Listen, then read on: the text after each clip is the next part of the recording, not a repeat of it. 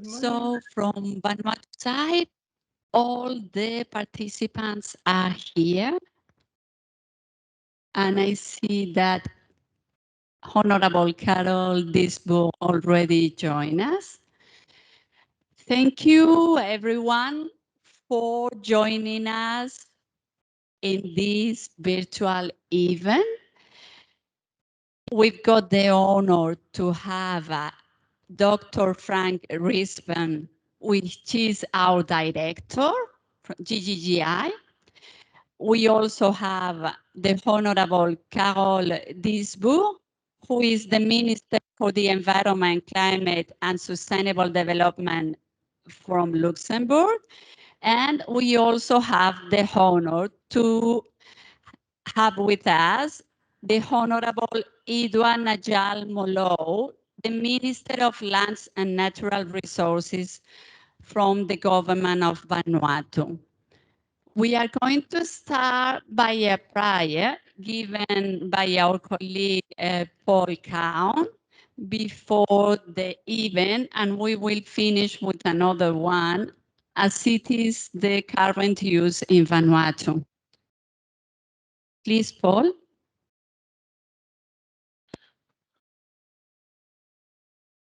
Oh, dear kind and eternal fathers, we humbly come before thee this evening at the opening of the event. We humbly pray that thou would be with us, that thou would bless everyone as we participate in this event. And all this we humbly pray and ask for in the name of thy Son, Jesus Christ. Amen. Now, please, Frank, can you go ahead with the opening remarks? Thank you, Eva. And it is my pleasure to welcome everybody to this event. Minister Disbourg, Minister Molau, DG André Weidenhaupt, my many colleagues from Vanuatu and from GGI as well.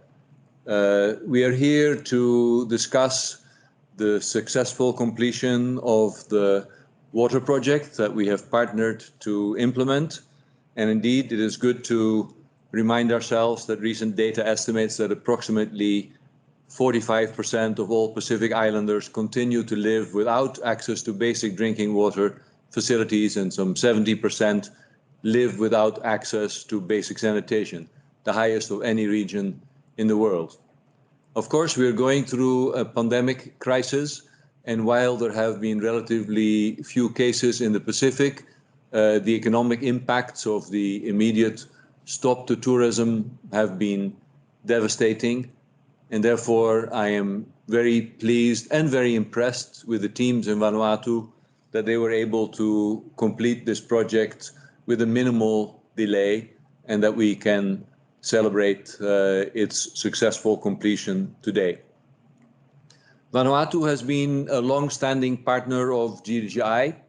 We have worked with the government of Vanuatu since 2014, one of our early programs in the Pacific, to support the country in energy-related projects, development of a national energy roadmap and its implementation, the establishment of a national green energy fund, and key financing mechanism for the national energy plan, and a number of other more practical projects as well, including successful installation of solar-powered freezers in outer island tourist bungalows that provide, I think, critical access to energy to the rural communities. So in that program, it was very welcome that shortly after I had the pleasure of meeting Director General André Weidenhaupt in Kigali in Rwanda during my very first trip as Director General of GGI in 2016, that we learned that Minister Disbourg, who was already in function also, was interested to support small island development states, and we were very pleased that out of that early discussion came this project that we are completing here today. It's excellent news. And of course, we are happy that since those early discussions, our GGI partnership with the government of the Grand Duchy of Luxembourg has gone from strength to strength. We now have projects in Senegal as well, focusing on waste, a project on green bonds in Vietnam, and recently we have agreed to initiate another waste management project in Rwanda, coming full circle to our first meeting in Kigali, Andre. So yes, I'm extremely pleased that we have a successful completion of this first phase. And of course, we have been discussing a second phase, but I will leave discussion of that to the next speaker, to Minister Diesburg. But I'd just like to finish these opening remarks by thanking the government of Vanuatu and our teams on the ground for their strong effort under very challenging circumstances to complete this first project. And I think it is a good sign of the strong commitment of the government of Vanuatu to green growth and of the strong partnership that these institutions here present today have on the ground. With that, I thank you, and I hand it back to the moderator, Eva.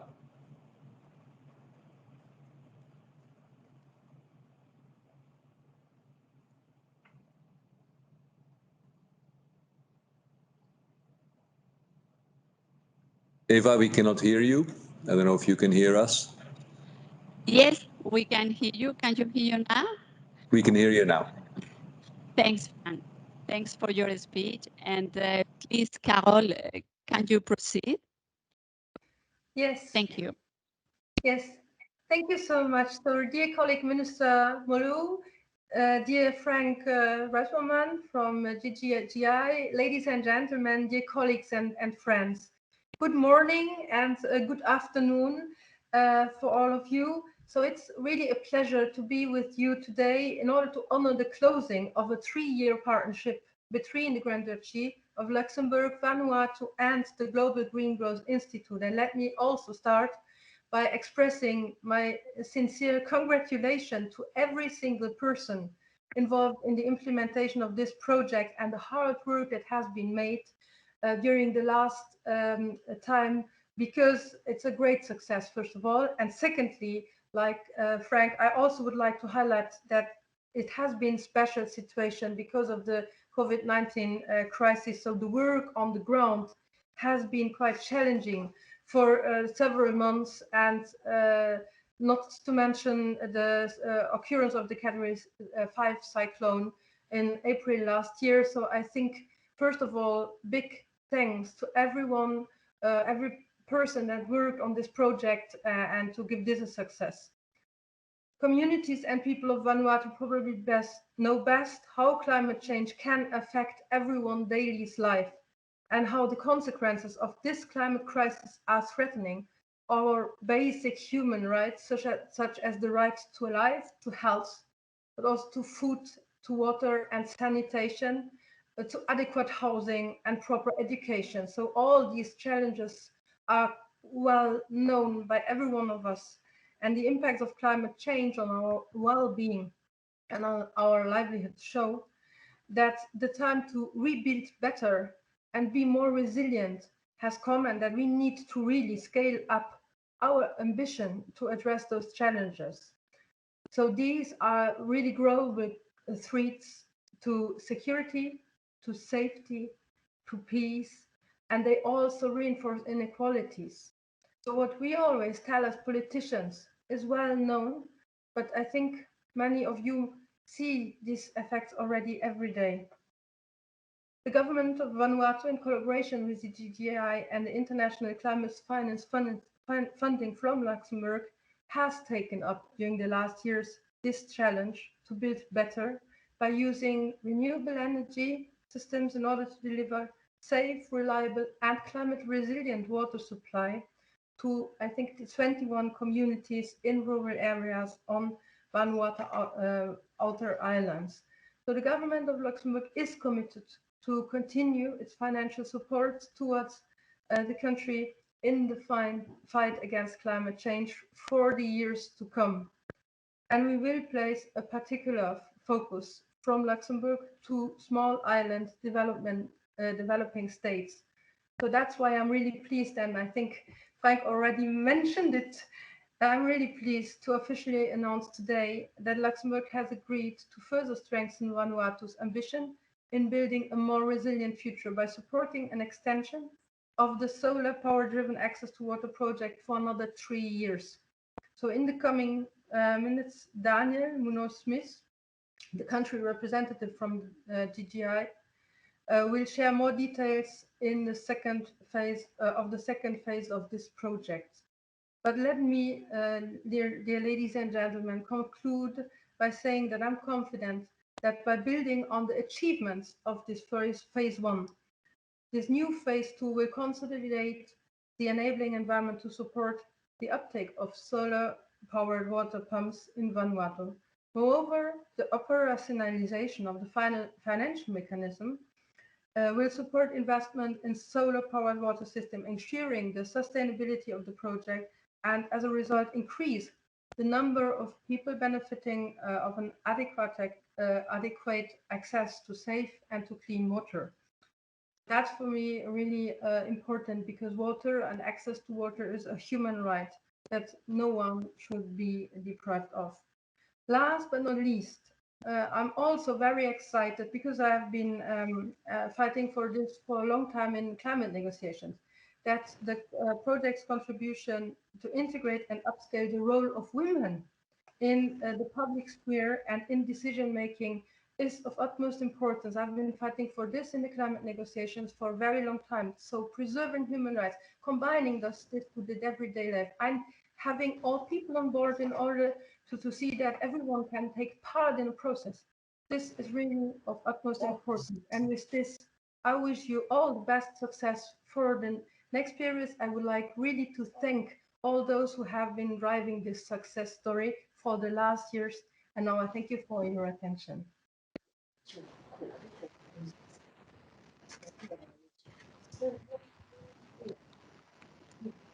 Thank you very much.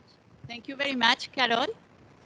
And now I pass the micro to our dear Edward.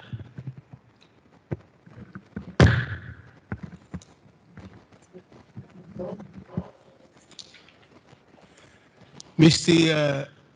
Rispelman, Minister Disberg, the other colleagues, and all the attendants here.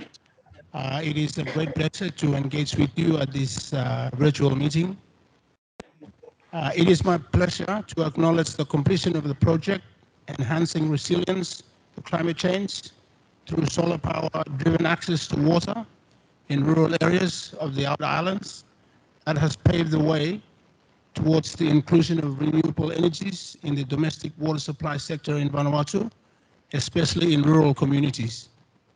This workshop focuses on knowledge sharing based on experience gained during the implementation of the project to continue towards the accomplishment of Vanuatu's natural water strategy, which aims to ensure that all the Vanuatu citizens can have access to enough quantities of quality water by 2030. It is important to note that the project was also in line with the National Energy Roadmap 2030, aiming to support the full transition towards the use of renewables for energy generation. Water is the bloodstream of the earth, and no life is possible without it. Vanuatu being the most disaster-prone country of the world, we face the double challenge of not only ensuring countrywide safe water coverage while preserving the resources, but also doing that under regular extreme weather conditions. While there is no doubt that we have still a big job ahead to accomplish, and the challenges are complex, we are proud of having contributed to make the gap towards the consecution of the national water strategy a bit smaller. And we hope that such gap will continue decreasing with the confirmed further assistance of this project's main stakeholders, the government of the Grand Duchy of Luxembourg, and the Global Green Growth Institute in support to the Department of Water Resources and the Ministry of Lands and Natural Resources of Vanuatu. I invite you to proceed ahead with the workshop with the hope that in a few years, both the Vanuatu government and the Department of Water Resources will have accomplished its vital objectives related to the Sustainable Development Goals 6. Thank you very much.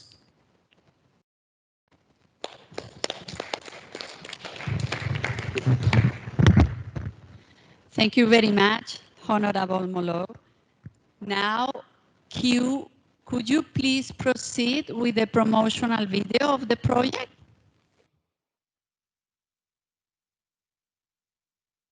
The Global Green Growth Institute, working with developing countries to achieve poverty reduction and inclusive, sustainable economic growth.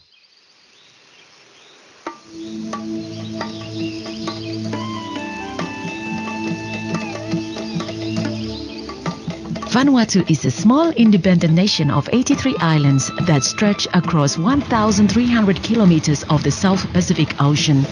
Much of the population who live in rural areas and outer islands depend on rainwater for drinking and farming. Access to water has always been very challenging.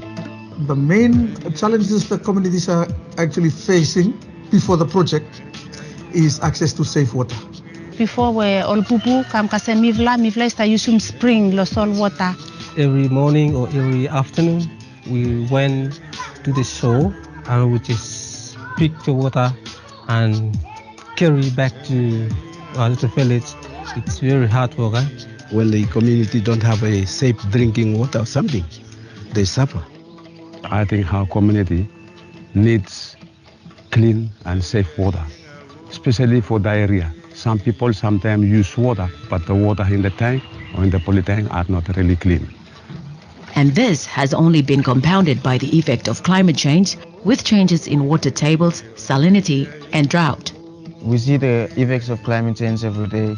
The sea level rise and trees falling into the water. We can't rely on rain anymore. Although many programs have been undertaken over the years to establish community-based wells and water storage, many of these were reliant on hand pumps that had been used for generations. This is the first pump we used before we had our project. We've been using it for 11 years now, I think.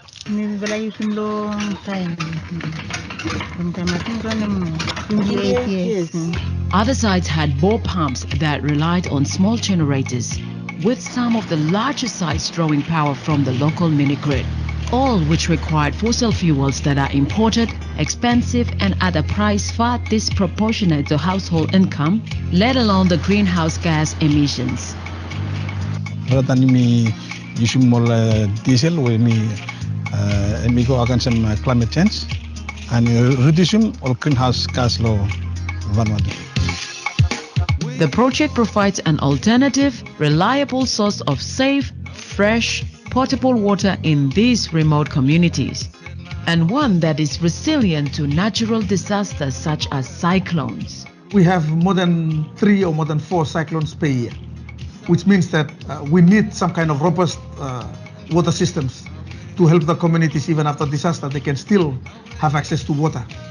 So now we feel more secure. If any cyclone or disaster, we have good water storage. The project has been implemented by the Global Green Growth Institute with the financial assistance of the Luxembourg government in partnership with the Vanuatu Department of Water Resources and other stakeholders. The project that Luxembourg has with GGGI in Vanuatu allows both sustainable access to energy and access to clean drinking water. The project supports some 9,500 people, addressing the water needs of households and communities in these remote and isolated locations. This one is so helpful for people at Malapau. No more pumping anymore. We just turn up the tap and the water is flowing. Water where we come through lo solar, mo megem se mi fla save finem life easy time mi fla tanem tap. It's like a miracle. Water flowing up, flowing down. You are in the tap, you receive a water. This system, it's very, very natural and very good. Water is good for everything. Water is life. Without water, we don't survive. This 2-year project included the design, procurement, and installation of 22 solar-powered, cyclone-resistant water pumping systems, as well as improvements to water storage facilities, And in some instances, the use of reverse osmosis systems where water quality was an issue. Every system runs on direct DC solar power, including the RO systems, effectively mitigating greenhouse gases with no batteries required. When you start to install it, my question is, where is the generator? But we don't have a generator. It is run by solar. It's a very appropriate technology, we can say that. Sustainability and a transfer of ownership to the local communities was a key part of the project. Early in the planning stages, local water committees were mobilized and tasked with organizing work crews and resources to assist in the construction and installation of the solar-powered pumping systems. And once commissioned, they would also oversee the basic day-to-day operation and maintenance. If anything wrong with the project, it's in our hands. So we have to fix it. Water committee members were given on-site training on the basic operation and maintenance of their systems. Troubleshooting guides and training videos specific to each system were also produced. Household water treatment and safe storage community training was also provided. Donations of water treatment units were handed out, plus ceramic filters for schools and health clinics to enhance water quality in line with SDG 6. To enhance capacity building, GGGI, in cooperation with the Global Solar Water Initiative, provided comprehensive training on design, supply, installation, operation, and maintenance of the solar-powered water systems for the related government departments and other stakeholders. In addition, guidelines were provided to the government. One of the main project outcomes was to ensure not only technical sustainability, but also financial sustainability. So a comprehensive financial sustainability study was carried out to provide adapted business models and country-wide recommendations to enhance the enabling environment for SPWS.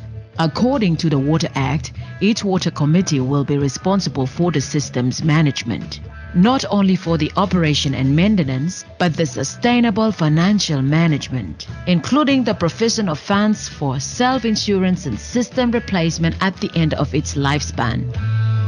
Ma fatu water committee hemi stapiki map lo community lo all house all ya hemi 61 household. Fatu ya mi fly kipim kuti stap lo one day suppose we ikat any chances lo water tang we hemi stap and any read base suppose we one part lo tang hemi no kuto sola pa mi fly save yusung fatu yana blo chance back. Through this project, GGGI is contributing to reach government energy, water and development targets in line with the Sustainable Development Goals and Paris Agreements. It's a win-win for everyone, utilizing renewable energy to provide clean, safe and reliable drinking water to vulnerable communities. On behalf of the Vanuatu government, I would really express our gratitude, our appreciation for the government of Luxembourg for providing support financially to see that these projects are actually implemented in these rural communities. We're so proud to have the project. The project is changing good. Living long community, yeah. Blow water down long, sea level, it come down long. Step down nama plomata. So we want good project. So thank you too much.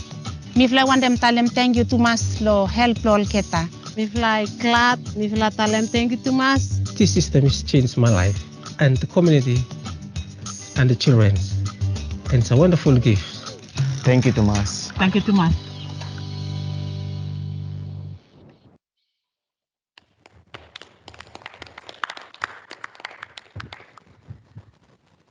Thanks, Q, for the video. Now I'm going to pass the word to Mr. Eriksson Sami, who is the director of the Department of Water Resources. He is going to give us a brief introduction about the different challenges and lessons learned that we gathered during the project implementation.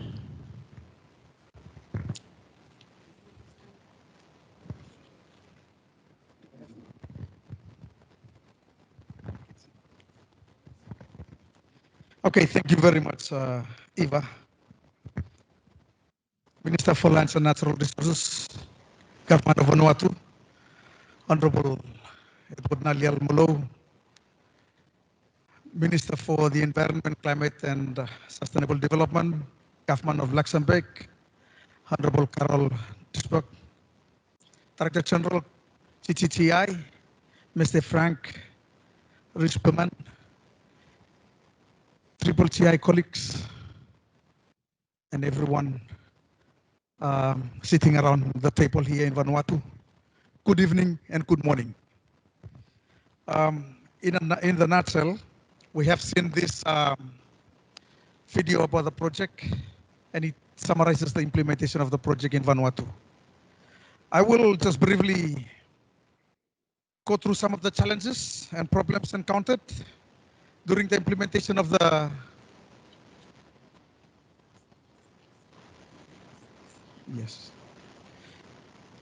I will just briefly go through the challenges and problems encountered during the implementation of the project in Vanuatu, some good practices and lessons learned, and also some expected risks that we might come across.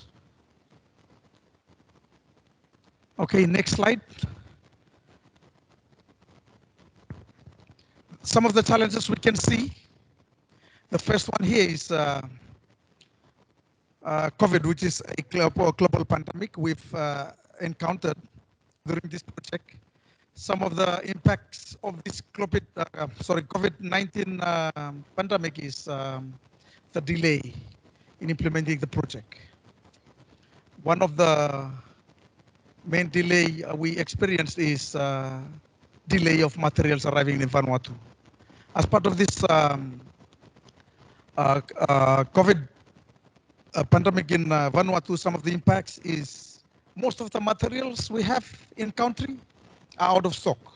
And so we rely very heavily on ordered materials to come from other countries within the region and even from Australia and New Zealand. Most of this we experience delay, so it's becoming a great challenge for us. We are hoping that this pandemic can be, these impacts can be reduced soon as we move into phase 2 of this project, the expected phase that we are expecting in Vanuatu. The other challenge that we face is the conflicts between different factions of the same community. There are several conflicts that we experience, land issues, conflicts between families within a community. It's not always easy.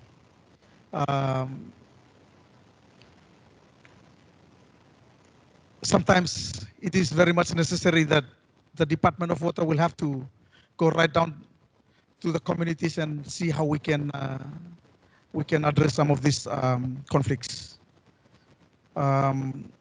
Some of these conflicts were not really foreseen right in the beginning of the development of the project. Some of the conflicts were happening right, very close to the completion of the project. So these are some of the things that we've learned, and maybe in phase 2 we should look at addressing some of these issues in front of or at the front of implementing the project. Another issue or challenge that we encountered is the short term of short time frame of this project. It's 2 years, 24 months, but again, with all these challenges that I have mentioned, it seems that this project, the time frame is quite short. However, this can be addressed in the second phase. We hope that in the second phase we can have more time, and we can look at having more time to especially in terms of this COVID pandemic and even some of the disasters that have come across and causes delay with this project. The next one here is lack of e-payment solutions in country, widely developed by phone operators. We look at upscale of community payments to the water committees. Well, upscale is not possible for water committees under phase 1. So maybe in phase 2, phase 2 can be endorsed where further steps will be taken to in this direction where we can pursue we can take further steps to address solutions in avoiding water committees handling cash. So this is one major challenge that we have. Another challenge is the low literacy in the community level. This is common in most of the communities around Vanuatu, in which we will need to provide more trainings. We will need to build more capacity in the community level, and also looking at empowering the communities to address sustainability of these projects in the community level.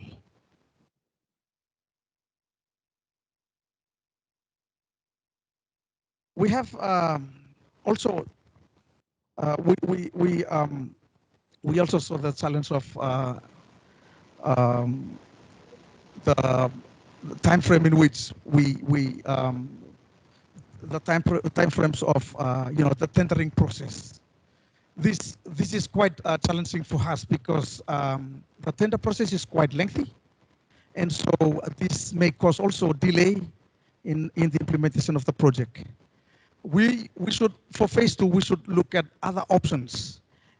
We have other options for procurement process that we can look at in our financial system. Maybe instead of going for the bigger tender process, we can have some kind of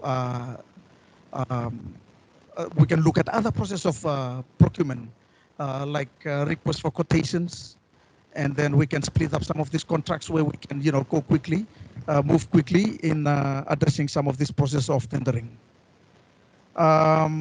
Another challenge that we face is the reduced supplier numbers in country. During the tender process, we only received 2 bids from 2 suppliers. It could have been more suppliers. Unfortunately, in country, this is not possible. So we only go for 2 supplier, and having 2 supplier may also cause the fact that there will be less availability of materials in the supplies, and so we encountered some kind of delay in these materials. Lack of data and bad status of existing boreholes. This is very it's something that we faced in country. We do not have availability data, and so we need to go back and verify some of this information on the ground.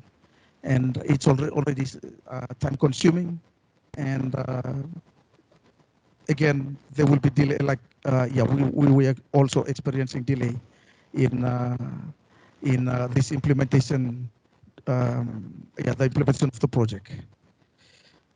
Okay, just moving on to some of the good practices and lessons learned. If we can go to the next slide. Adaptive project management is some of the good practices that we see. Adaptive project management, we have some kind of very good communication between the project facilitation team and even right up to the CCCI. We have this very good partnership where communication is very easy. We can get feedback very quickly, and so this is one good practice that already we can see during the implementation of the project. Donor flexibility is another. Donor flexibility is another good practice that we see. A very good lesson learned here. Variation to some of these variation to some of these implementation practices is very easy for us. So we see the donor flexibility as one of the good practices, and we want to continue, to have this flexibility in place for the second phase. Ad hoc informal coordination combined with regular updates with the Department of Water and other stakeholders. Well, in order to encourage synergies and avoid duplications, informal coordination is an important factor here. Sometimes we as much as we want to be formal, informal is also is something that can help us with implementation of the project. Proactive knowledge sharing. Feedback from stakeholders, including beneficiaries, are very important to improve deliverables and products. We also have community in-kind participation during installation. The contribution from the community has been experienced. Trench digging, mobility of labor is something that, it's a very good practice, and we want to continue to see this happening in the second phase of this project. Implication of the private sector. This is very important. The Department of Water does not have the capacity to implement the project by itself. So we really need, support from the private sector. As experienced in this project, we have experience with a partnership with private sector, and we want this to continue.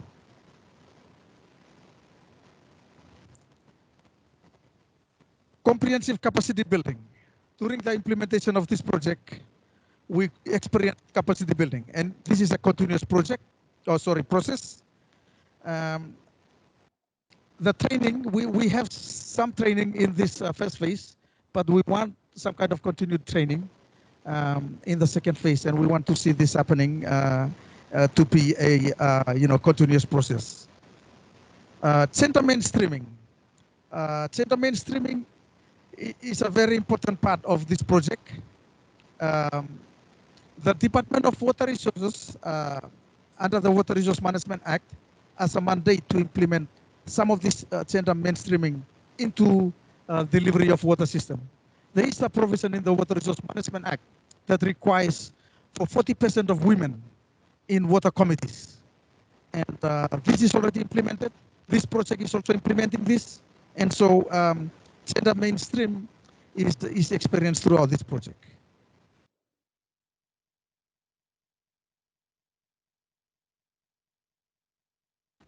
Some of the potential risks that we see that might be expected for this project, and the first one here is operation and maintenance of the solar-powered water systems not correctly done.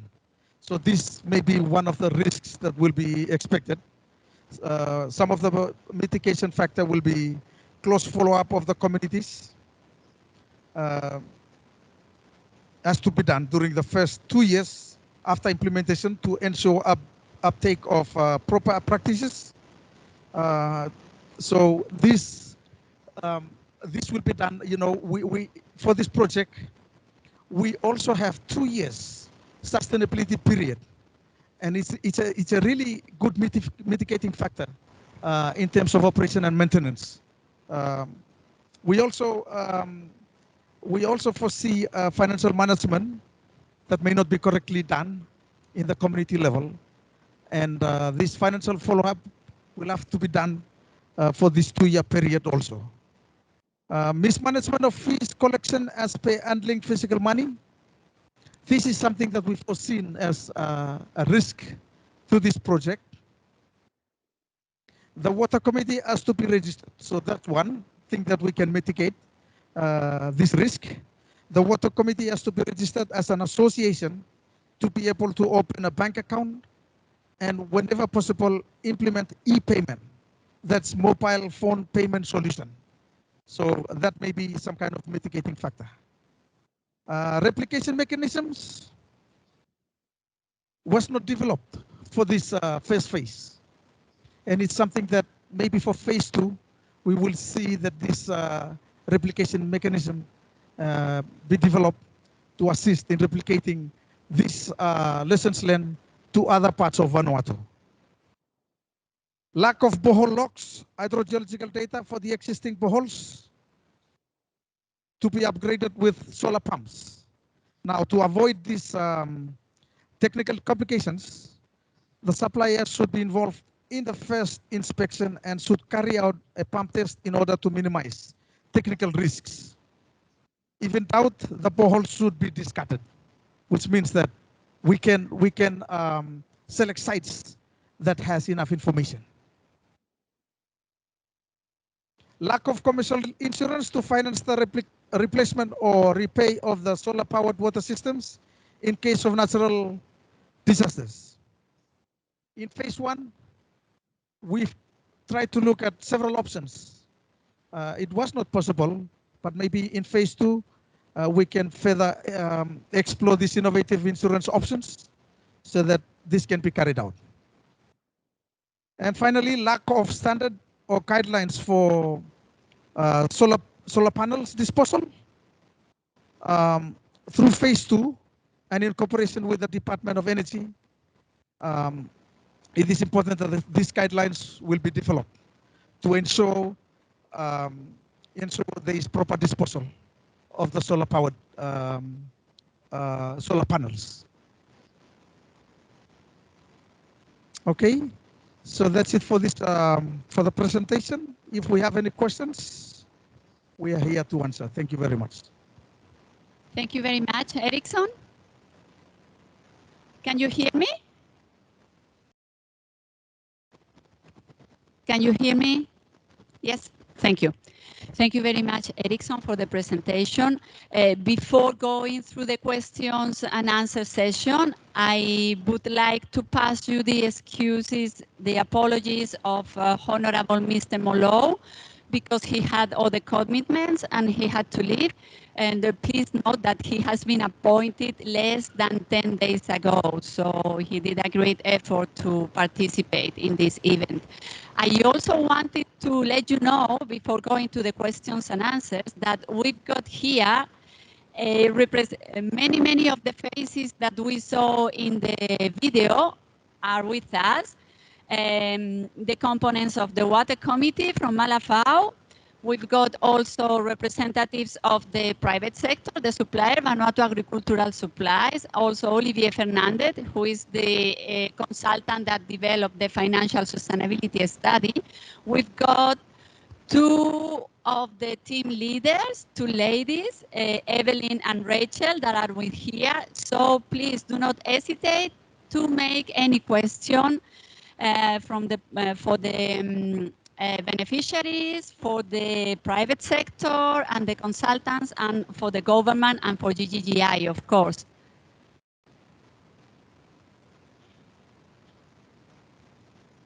Does anyone of the participants have any question?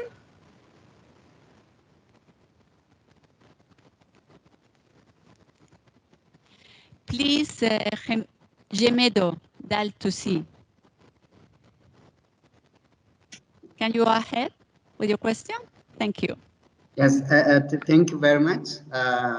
Thank you all who contributed to this very impressive project.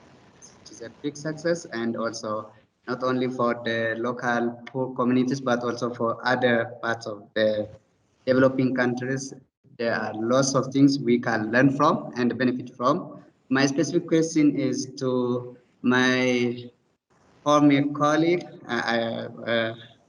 by the way, where I know her very active in the climate negotiation, Minister Caroline.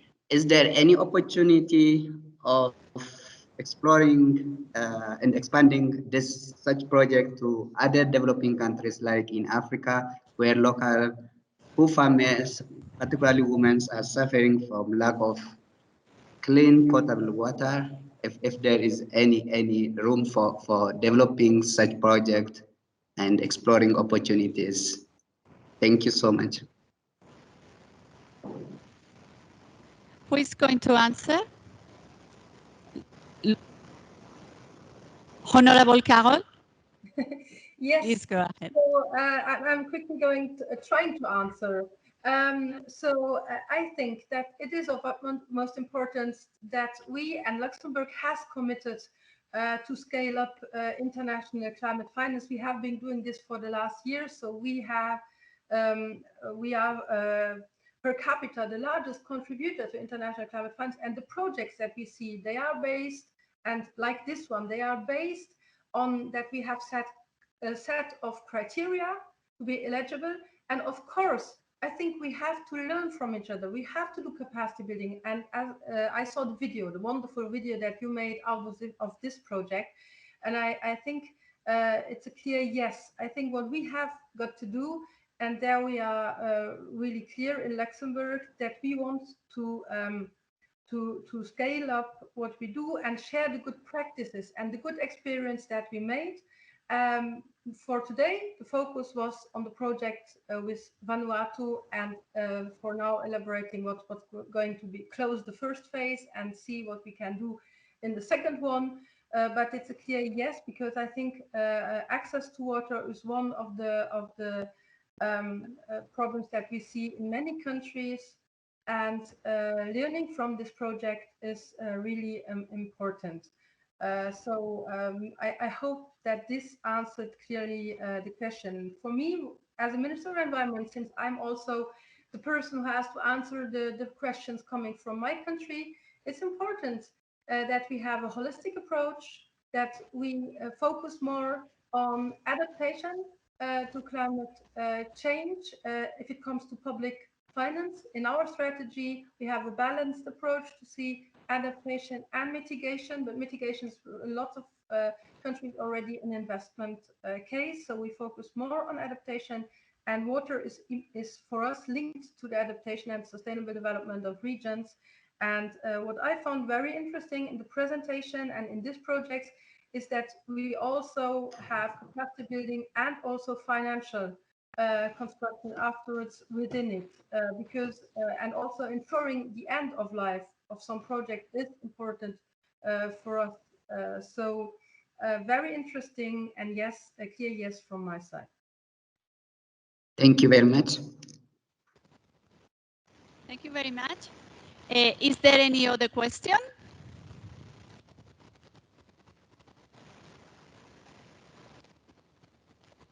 I don't see any hand raised. Well, maybe I will come to this meeting room. Is there any question that you want to make, either to the donors, to us, to Vanuatu government? Mr. Arthur Faerua, who is the Director General of the Ministry of Lands and Natural Resources, has some questions. I think, first of all, good evening from Vanuatu to our colleagues on the other side of the line in this very important sort of milestone in the partnership that GGGI and the Grand Duchy of Luxembourg and the Republic of Vanuatu and most of all the Development Board that we have been able to forge over this past few months. And myself, I have also had the privilege of traveling with our partners in the private sector, as well as visiting some of these communities, and also partnering with the Department of Water to go and actually experience what is being implemented on the ground in some of these sites, which I must say have been well selected in regards to the context of the situation which each of these places face. I think I also want to echo the sentiments and the comments of my minister to say that I think the partnership we have at the moment between the bilateral partnership we have between the government of Luxembourg and Vanuatu, because one thing we have in common is that we are small states, and that is why we can see the small things which make a big meaning to people's lives. And I think that's an important comment I want to make first of all. The comment I want to make to the very informative presentation by my Director of Water is around something which us in small island states, and especially Pacific peoples, we always face a challenge with this insurance, because in the Pacific sometimes we live for the moment, you know, we don't live for tomorrow because we cannot predict tomorrow. Some cultures, they have a, you know, they have a big emphasis around insurance because they invest a lot, and then they want to make sure that what they invest on is important. However, being a country that's gone through several natural disasters, it's now important in one sense to ensure things that we have. So I think I agree with the need for insurance, but I think one comment I want to make is maybe we shouldn't see insurance in the classical sense, in the normal way that people insure their property, but maybe in projects like this, maybe we want to look at other types of insurance which exist in other parts of the world. And exactly what are we insuring? Are we insuring the installations? Are we insuring basically the most important part of the system, which is the solar installation? Or what exactly are we insuring? I think it's an important point, but I think we should make it part of our game rather than an obstacle to our game. Thank you very much. Thank you, Arthur. I think Mr. Carl Elson from Malafaus Water Committee has a question. Chairman, pardon. Okay, thank you and good afternoon. Gentlemen, where you were listening this afternoon. I just have two questions to ask this afternoon. Before I'm asking question, I would like to say a very big thanks to you guys donating some funds to Vanuatu government, and then some of our local communities. We have access of this funding to complement the water system in our community. So we so very thankful for that. So my question is about if any cyclone damaging the whole system of the solar, and then how we will come up to fix this one. And the second one is if the cyclone damages a part of the system, then how we will fix it. Thank you very much. Thank you very much.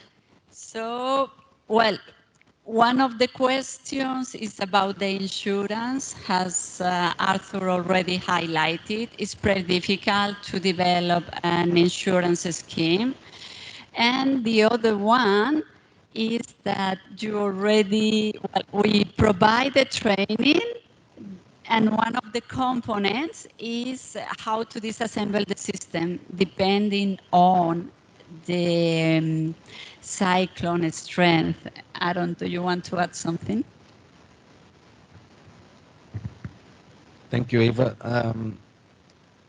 I guess I don't have a lot to add. I think we've done a lot of training in the communities. Cyclones, unfortunately for us, are a part of our life. Without insurance, we have to find some other mechanism of replacing or repairing damage caused by cyclones and other natural disasters. So one of the mitigating things we did during this project was to provide training and some practical explanations on how to minimize the risk. So I'll give you an example of, you know, a category 1 or 2 cyclone. We just leave everything. We've built it to a standard which should be able to survive. But if we're getting a category 4 or 5, we're starting to get into a risk zone. So the communities were trained on how to disassemble the panels and the high-risk objects, and hopefully there's not too much damage from cyclone. When you get a big one, big trees fall down, pipelines are pulled out of the ground, land subsidence, flooding, things like this, we're going to get some damage.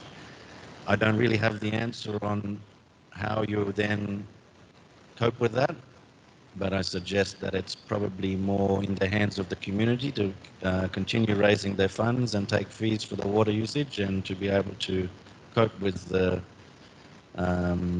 repair costs.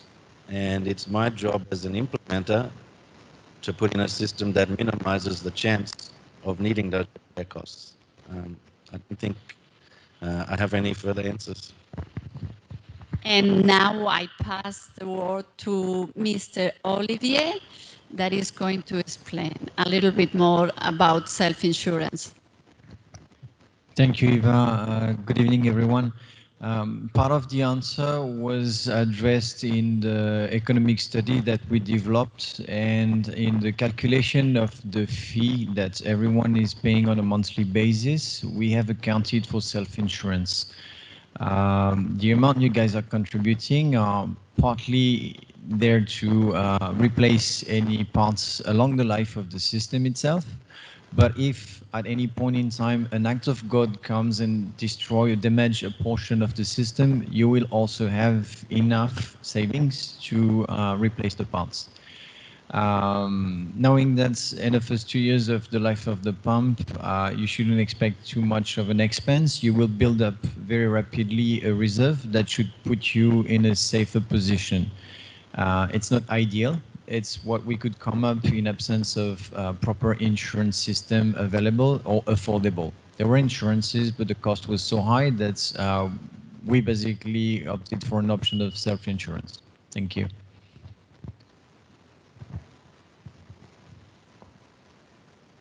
Is there any other question?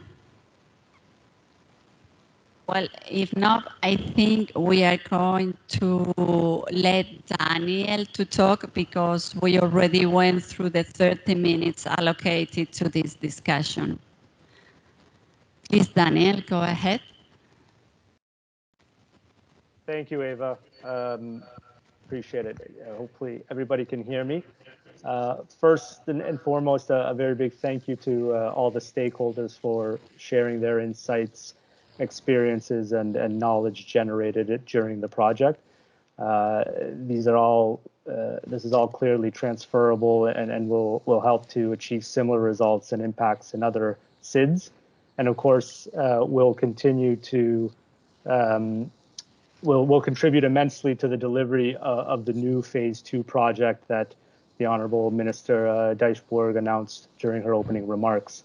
I'm cognizant of the time and that we've spent, as Eva's noticed, so I'll run through an abbreviated version of what the Phase 2 project aims to deliver, but certainly consolidating and taking the achievements and lessons learned in Phase 1 to scale up, create sustainable frameworks, and deliver more impact will be the objective of the new project, scaling up climate resilience through solar power-driven access to water.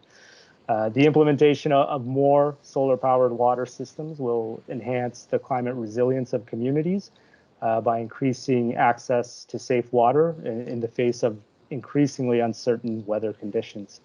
And introducing and sharing the mitigation and socioeconomic benefits of renewable energy technology will, by reducing rural communities' reliance on costly and at times certain fossil fuels used to access water, will also be an important result.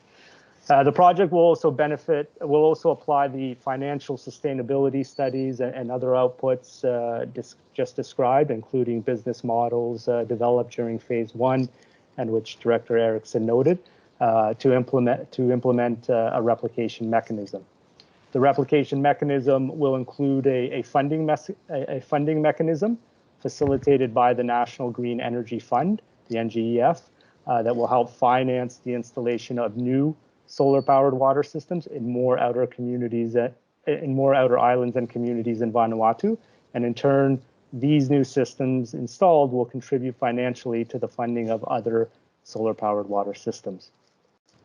The replication mechanism will allow Vanuatu's rural communities to have access to water through climate resilient systems powered by renewable energy, in line with Vanuatu's Sustainable Development Goals. Through the course of working to achieve these outcomes, the project will continue to build capacity, emphasize inclusivity, and deliver gender mainstreaming results.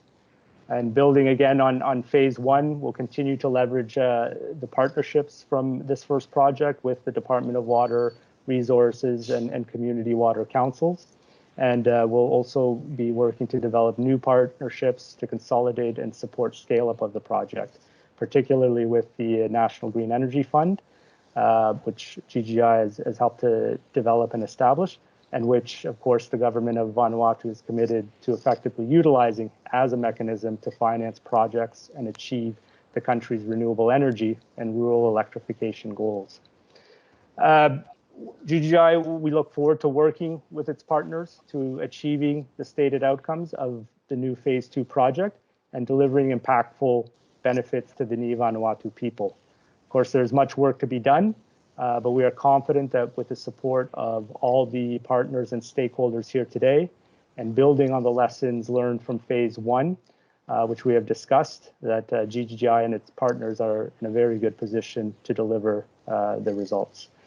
Thank you very much to the Grand Duchy of Luxembourg and the government of Vanuatu for its continued support of GGGI. We're of course committed to moving this important work forward in partnership. Thank you. Thank you, Daniel. And now, please, Dr. Weidenhab, can you go with your closing remarks? Can you go ahead?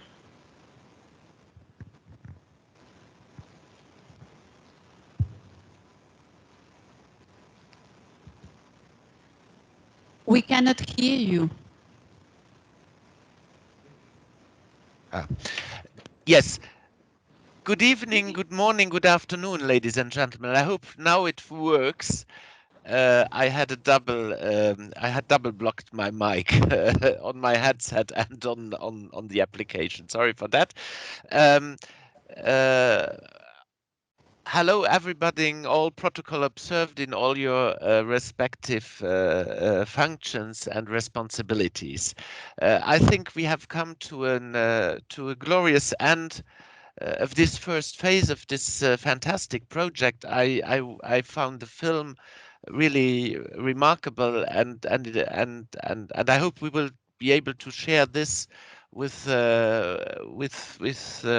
all other colleagues, and also the question whether it could be brought to other parts of the world. I think the film is the best way to bring it to any other part of the world. It basically gives the floor to all those that profit from the solar-driven water supply systems that can be operational, let's say very decentralized. I think it's a great project. So thanks all of those that have been involved, and also thanks to all responsible of Triple GI, but also of Vanuatu. We as Frank Reisberman correctly said, we met first, both of us, in Kigali in October 2016, when the Kigali Amendment to the Montreal Protocol was agreed upon, that dealt with the fluorinated greenhouse gases. One of the last events when I saw John Kerry in his function as head of the State Department of the US, and he helped a lot of finalizing this agreement. But this is not what it is all about today. That was the big start of the collaboration between Triple GI and Luxembourg, and we agreed at that time that we would select at least one, when not more, projects with small island development states.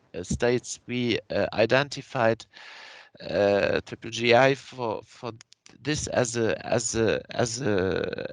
adequate partner, and then Frank came to me and to the minister with the idea of the project that we have now, where we have now come to the end of phase one, and where we are just before starting phase two. So thank you everyone that has been involved, both at GGGI and at Vanuatu, and yeah.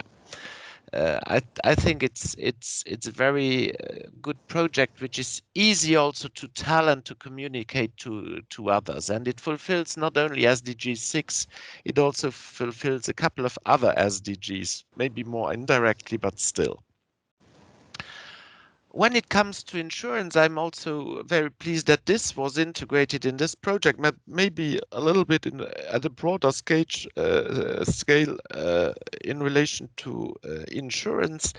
We launched a couple of years ago, and that was shortly after we launched this project, a project with Fiji, which is one of your nearer neighbors than Luxembourg, at least.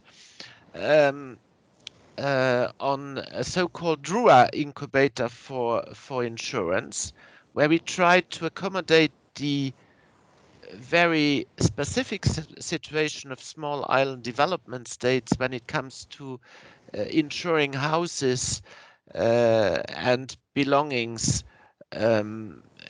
to let's say extreme weather events that you are faced in this region of the world. And I think that could also be a good idea to do a bridge building with this, because I just jump in because we had this question on insurance. Happy to develop this a little bit further. Last not least, before thanking for what has been done, I'm also looking forward for which will come next. And Danielle, in my preceding speech, has already given us an appetite on phase 2.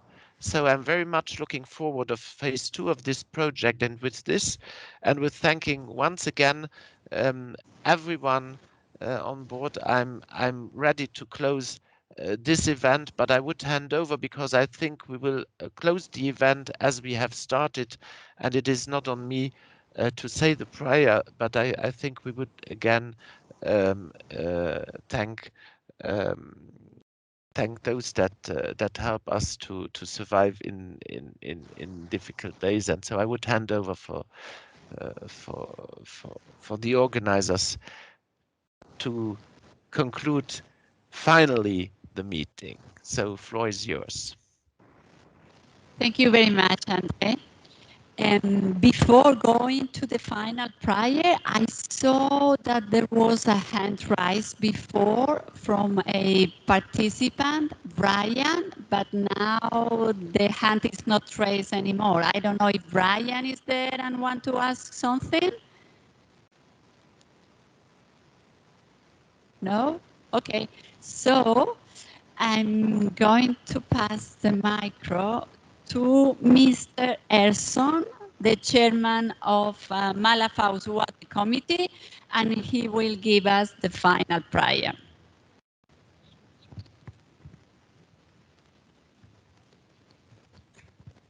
Okay. You may come before God for pray. You may pray. Thank you, I God, for from the heaven. We will let your thanks this afternoon. When we will meet together with them all, like Lokakman, Lo Vanuatu, all NGOs, all countries will start with them this afternoon. Look at the partners, Lo Vanuatu, when we will start together this afternoon. As we will come lo in, lo meeting going on, I want them to people thank you, everyone this afternoon. Thank you, Master, for what you start with everyone, lo hen, lo meeting. Beginning the meeting, we was in meeting here, Master, all time, and we say praise. Praise, glory, thanksgiving, and we pray in Jesus' mighty name, we start prayer. Amen.